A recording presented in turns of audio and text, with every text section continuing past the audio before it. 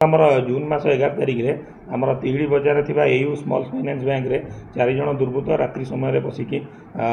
मारणास्त्र देखाई जोटा कि अभियोग होता जे भुजाली और बंदूक देखाई जो स्टाफ मैंने 7,54,000 टंका रु ऊर्ध्व टंका लुट करते जो स्टाफ 4 जन थे मोबाइल लुट करते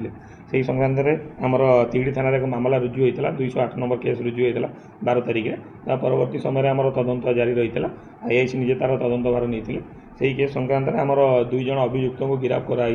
गिरफ्त कराई 2 जन अभियुक्त मध्य जड़े से बैंक एक्स एम्प्लॉई पूर्वतन एम्प्लॉई जे प्रहलाद राउत तलंगा घर अन्य जन अभियुक्त होती अनिल कुमार बेहरा से जामझाड़ी आमर फुलबाणी सदर थाना अंचल अटंती से 2 जन गिरफ्त कराई पाखे एक गाड़ी जबत कराई 4टी मोबाइल फोन जबत कराई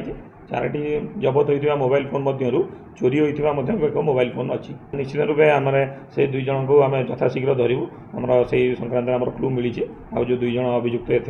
सामिल थे लुट्रे तेणु खूब शीघ्र पुलिस धर जेहेतु तदंत बर्तमान चालू रही तेणु आपाततः जहाँ जमापड़ी जी पूर्वतन कर्मचारी जी थे